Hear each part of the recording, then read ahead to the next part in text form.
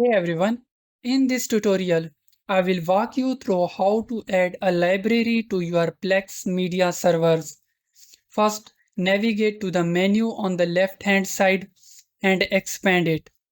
If you don't see all the options, press the More button at the bottom to reveal everything, including the options to add a library.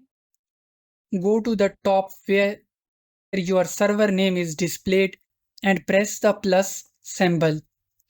For this example, let's create a photo library by clicking the Photos icon.